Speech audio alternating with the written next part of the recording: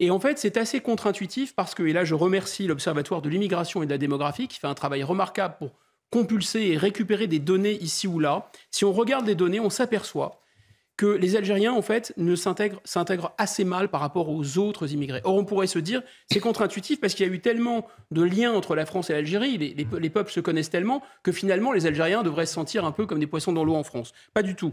En 2017, par exemple, 41% des Algériens en France étaient chômeurs ou inactifs.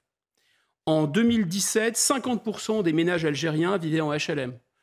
12% des descendants d'Algériens accédaient à l'enseignement supérieur, ce qui est vraiment quasiment la moitié de la moyenne nationale. Il y a quelque chose comme les Algériens en France sont presque plus algériens que les Algériens d'Algérie. C'est assez contre-intuitif. Par exemple, il y a plus d'Algériens en France qui se disent religieux que d'Algériens en Algérie.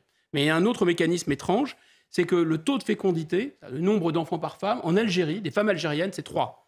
En France, les femmes algériennes font 3,6 enfants par femme. Alors on n'en est pas encore à ce que les démographes appellent la revanche des berceaux, mais il y a quelque chose qui se passe qui est assez contre-intuitif.